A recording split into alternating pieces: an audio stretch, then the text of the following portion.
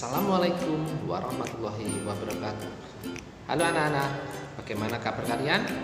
Tentunya Pak Idun berharap anak-anakku semuanya dalam keadaan sehat walafiat dan tetap bersemangat walaupun belajarnya masih dari rumah.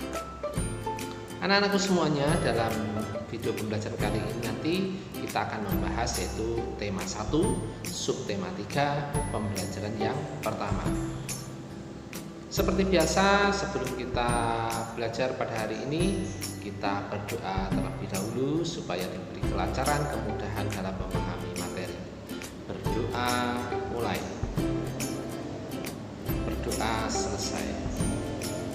Anak-anak semuanya, siapkan dulu semua buku-buku yang diperlukan dan kita simak video pembelajaran berikut ini.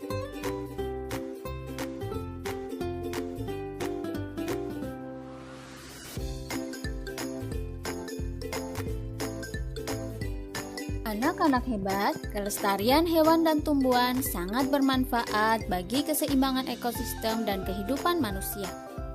Hewan-hewan ini pada awalnya hidup dengan damai di tengah hutan yang rimbun dan segar dengan air yang berlimpah. Sampai suatu saat, datanglah sekelompok orang yang membabat hutan yang menebang hutan dengan sembarangan.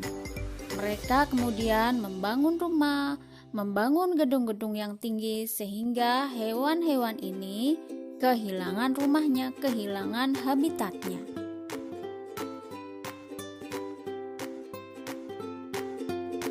Hewan dan tumbuhan harus kita lestarikan agar yang pertama tidak punah, yang kedua dapat dimanfaatkan oleh manusia sebagai bahan makanan dan lain-lain.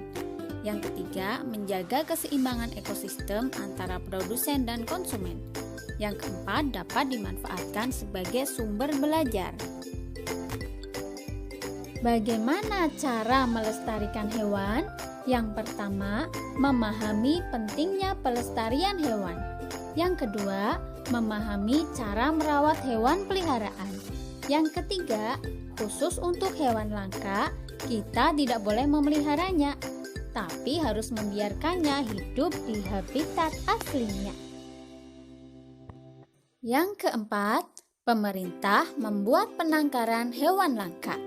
Ada dua macam. Yang pertama ex situ, artinya penangkaran di luar habitat aslinya, misalnya kebun raya, kebun binatang, dan taman safari.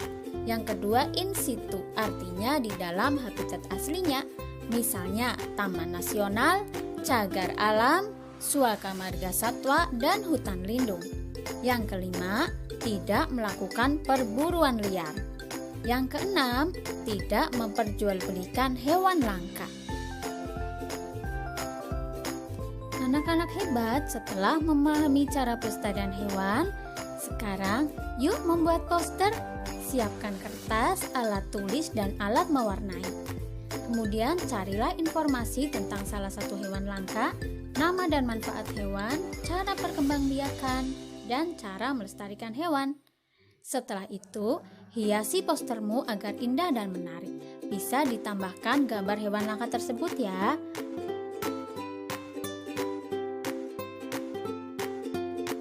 Untuk lebih memahami tentang pelestarian hewan langka, yuk kita baca teks berikut ini.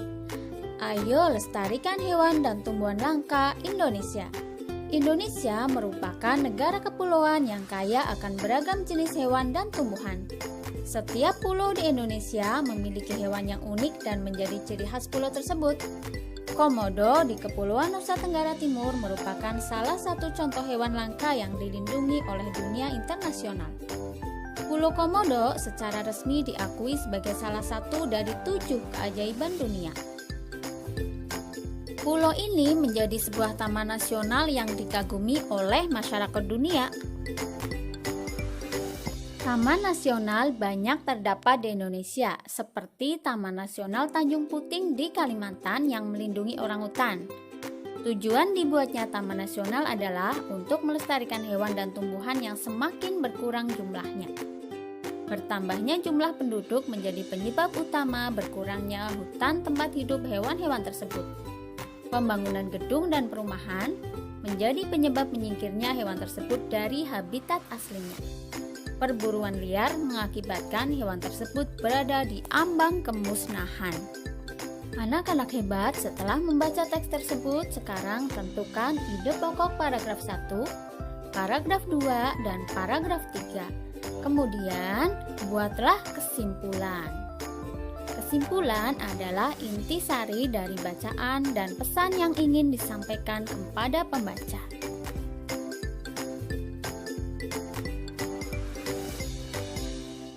Anak-anak hebat, hewan dan tumbuhan telah memberikan manfaat yang luar biasa. Bukan hanya untuk penduduk Indonesia, namun juga penduduk di Asia Tenggara. Negara-negara di kawasan Asia Tenggara mempunyai sistem pemerintahan yang berbeda-beda. Namun pada dasarnya semua berbentuk republik, kecuali Thailand, Kamboja, Laos, Malaysia, dan Brunei Darussalam yang berbentuk kerajaan.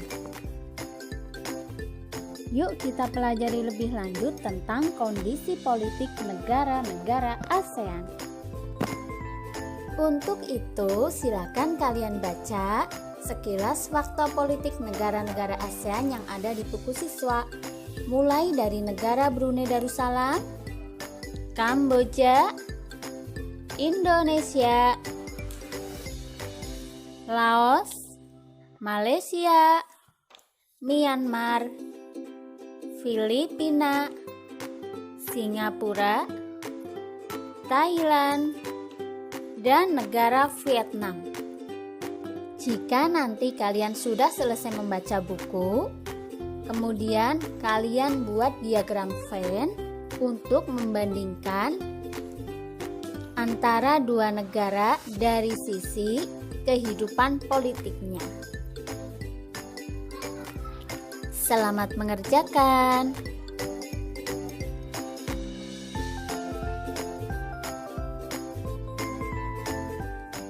Anak-anak hebat, alhamdulillah hari ini kita diberi kesempatan untuk mempelajari banyak hal, yaitu tentang pelestarian hewan langka, kemudian membuat kesimpulan, kemudian dilanjutkan dengan mengetahui fakta-fakta politik negara-negara ASEAN.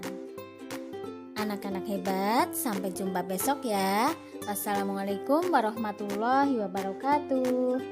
Nah, itu tadi materi kali ini. Bagaimana? Menarik bukan? Anak-anak juga bisa membaca kembali materi yang ada di buku paket maupun di LKS, ataupun anak-anak juga diharapkan mencari dari referensi yang lain. Jangan lupa untuk soal-soal yang ada di paket maupun LKS, anak-anak harus mencobanya. Sekian dulu video pembelajaran kali ini. Kita bertemu lagi dalam video pembelajaran selanjutnya. Wassalamualaikum warahmatullahi wabarakatuh.